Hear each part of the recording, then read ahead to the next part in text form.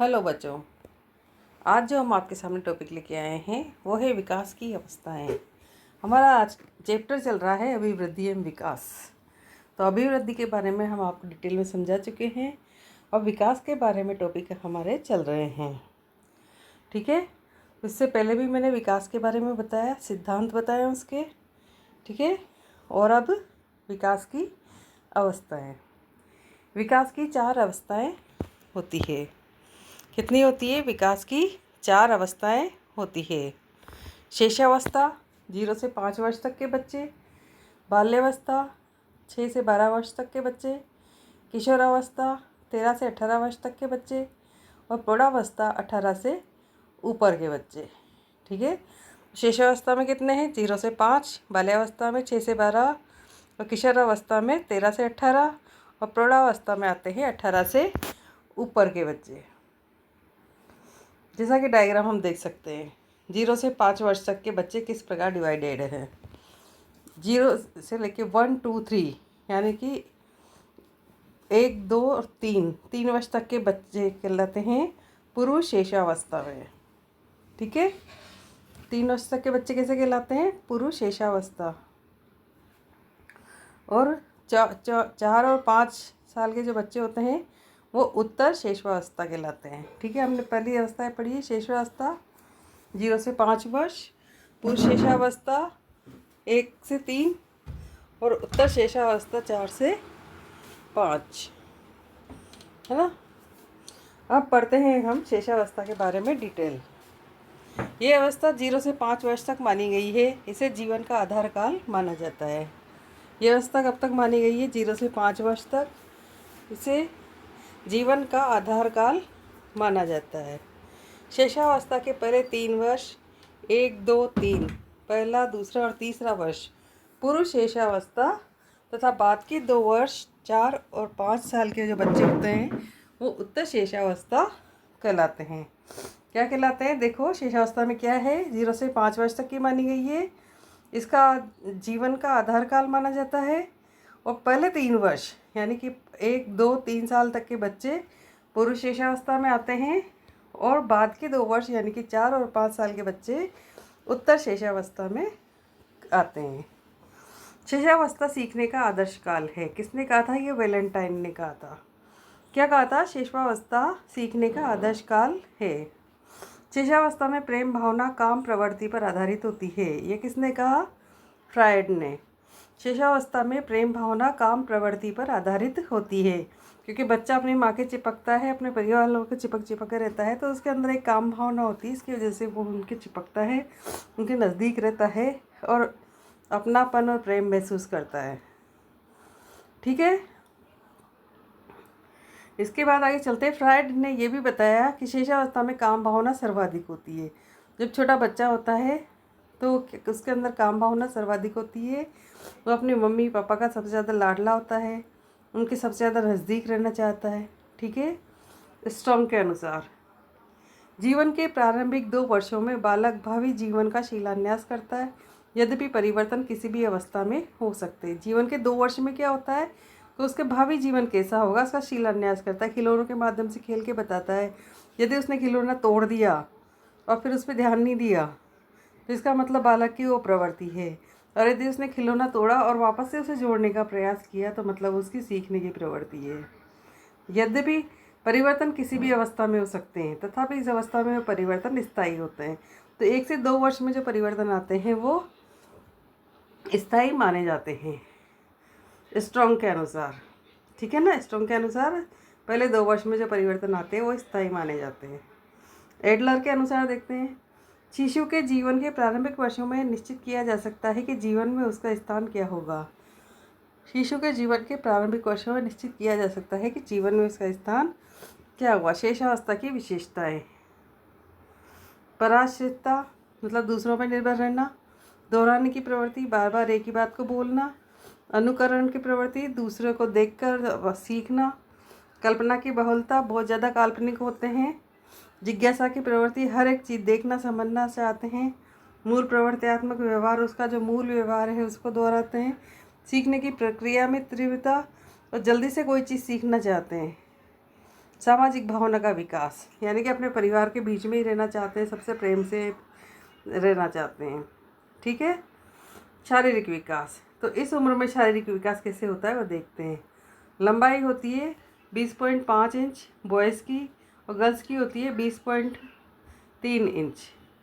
ठीक है। वजन लगभग होगा इस उम्र में 7.15 पाउंड, और गर्ल्स का होगा 7.13 पाउंड। द्रव ठोस 75:25। मस्तिष्क का भार होता है 350 ग्राम, 6 वर्ष में हो जाता है 1260 ग्राम। वयस्क का मस्तिष्क का भार होता है 1350 ग्राम, है ना। मस्तिष्क का भार शेषावस्था में कितना था? 350 ग्राम।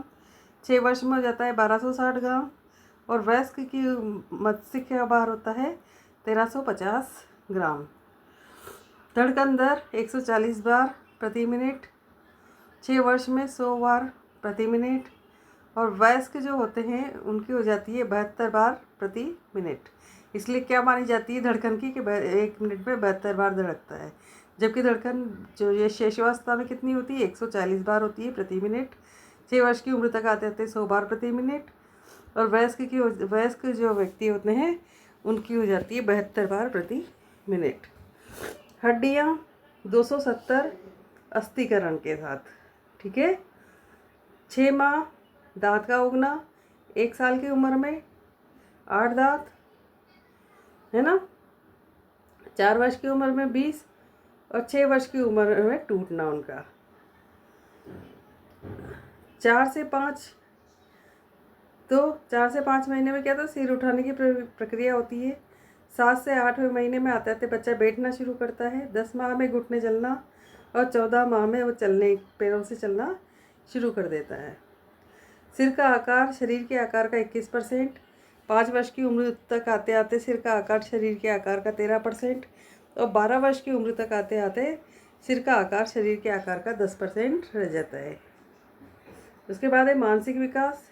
जन्म के बाद बालक सबसे पहले अपनी माँ को पहचानता है। किसको पहचानता है? माँ के, क्योंकि सबसे ज़्यादा माँ के संपर्क में ही होता है। जन्म के समय पहली भाषा है क्रंदन। क्रंदन मतलब कि रोना, चिल्लाना, रोना। ठीक है। देखते हैं ना, बच्चा जन्म हुआ और उसके बाद वो रोया नहीं, तो अरे बच्चा क्यों नहीं रोया, उसके थपकी मारते हैं, फिर उसे रुलाते हैं।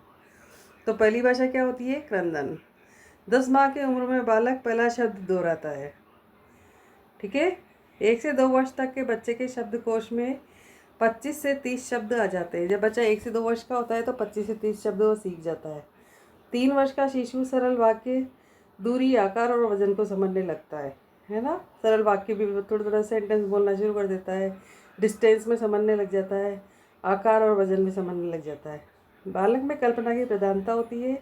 विभिन्न प्रकार के तार्किक और अमूर्त चिंतन को बालक नहीं समझ पाता। इस अवस्था में ध्यान संकेन्द्रण की क्षमता सीमित होती है, नहीं कि एक जगह उसका ध्यान नहीं टिक पाता ज़्यादा देर तक। ठीक है। बर्ड के अनुसार 3 वर्ष का शिशु 4-5 मिनट व 4 वर्ष का शिशु 5-6 मिनट किसी वस्तु पर केंद्रित कर सकता है। इसीलिए बच्चों को शुरू में पढ़ने में दिक्कत आती है, क्योंकि उनका ध्यान ज़्यादा देर तक उस पर नहीं लग पाता। संवेगात्मक विकास। जन्म के समय कोई संवेग नहीं होता। 3 माह आनंद संवेग, परिचित व्यक्तियों आकृतियों को देखकर मुस्कुराता है, जिससे वो परिचित हो उसे देखकर वो खुश होता है। 5 माह का शिशु अपनी मनपसंद क्रिया में बाधा होने पर तीव्र विरोध करता है। 7 माह का शिशु अपनी किसी मनपसंद क्रिया में सफल होने पर उल्लासित हो सकता है। और 9 से 10 माह का शिशु एक खेल खेलकर आनंद का अनुभव करता है। कोई भी एक गेम पकड़ लेता है, उसी को बार बार खेलता रहता है। देखभाल करने वाले के प्रति स्नेह अभिव्यक्ति करता है। 15 माह का शिशु प्रेमपूर्वक व्यवहार प्रकट करने लगता है। और 1.5 से 2 वर्ष का शिशु ईर्ष्या, 3 वर्ष का शिशु हास, परिहास, विनोद, प्रियता आ जाती है। ठीक है। 2 वर्ष का शिशु होता है तो प्रेम, पीड़ा, क्रोध, भय इनमें समझने लगता है। और 4 वर्ष का शिशु लज्जा, अपराध, चिंता, शोक में समझने लगता है। 5 वर्ष का शिशु संवेगों पर नियंत्रण पाना सीख जाता है। अब उसका सामाजिक विकास। शिशु न तो सामाजिक होता है न असामाजिक होता है, वह समाज निरपेक्ष होता है। उसे पता ही नहीं होता कि कौन से शिष्टाचार के नियम है और कौन से नहीं है, इसलिए बालक को कुछ भी पता नहीं होता, तो वो समाज निरपेक्ष होता है। 3 माह के शिशु का रोना और मुस्कुराना सामाजिकता का परिचय है। 4 से 5 माह की उम्र में शिशु गुदगुदी करने पर मुस्कुराता है और अपने अभिभावक के मुख मुद्रा को पहचानता है। 4 से 5 माह का शिशु क्या अपने अभिभावक को पहचानने लग जाता है। उनके हाव भाव एक्सप्रेशन उनका जो प्रेम है वो समझने लग जाता है। 5 से 6 माह के शिशु में अपरिचितों से डरने लगता है और 10 माह का शिशु ताली बजाता है। वह अपने से बड़ों का अनुकरण करता है। 10 माह का शिशु क्या करता है कि जो अपने बड़े होते हैं उनके अनुकरण करने लग जाता है। अनुकरण होता है उनकी नकल मारना ना। जैसे कोई शब्द बोल रहा हो तो उसके जैसे शब्द बोलने का प्रयास करना, कोई चल रहा हो तो वैसे करना, कोई मुंह के एक्सप्रेशन बनाता हो तो वैसे बनाना, है ना, ये अनुकरण है। कोई पढ़ता हो तो उसके आगे किताब खोल के बैठ जाना, चाहे उसे पढ़ना आए या ना आए, है ना। 15 से 18 माह का शिशु अपने साथी शिशुओं के साथ खेलना चाहता है, किंतु यदि कोई उसकी वस्तु छीनता है तो उसे वो मारता, काटता और बाल नोच लेता है ना। 15 से 18 माह का शिशु क्या करते हैं, अपने बराबर के बच्चों में खेलना पसंद करते हैं और यदि कोई उसकी वस्तु ले ले तो उससे लड़ाई करना शुरू कर देता है। शिशु आत्म केंद्रित होता है, अंतर्मुखी होता है, उसमें आत्म प्रेम की प्रधानता पाई जाती है। इस उम्र में शिशु अध्यापक अध्यापिकाओं को माता पिता के रूप में देखते हैं और उनसे हर बात साझा करते हैं। कैसे होते हैं बच्चे, जब पहली नर्सरी में इनमें एडमिशन लेते हैं तो क्या करते हैं, अपने माता पिता की तरह समझते हैं और उनको हर एक बात बता देते हैं। मित्रता इनकी स्थायी नहीं होती, थोड़ी देर बाद लड़ पड़ते हैं, फिर वापस मित्र बन जाते हैं। शैशवावस्था में शिक्षा का स्वरूप। ज्ञानेंद्रिय और कर्मेंद्रिय के प्रशिक्षण पर बल दिया जाना चाहिए। कहानी विधि, गीत, अभिनय, संगीत विधि, खेल विधि आदि का प्रयोग किया जाना चाहिए। शिक्षा ऐसी हो जो मनोरंजक एवं रोचक हो। शिक्षा में मूर्त एवं व्यवहारिक बातों का समावेश किया जाना चाहिए।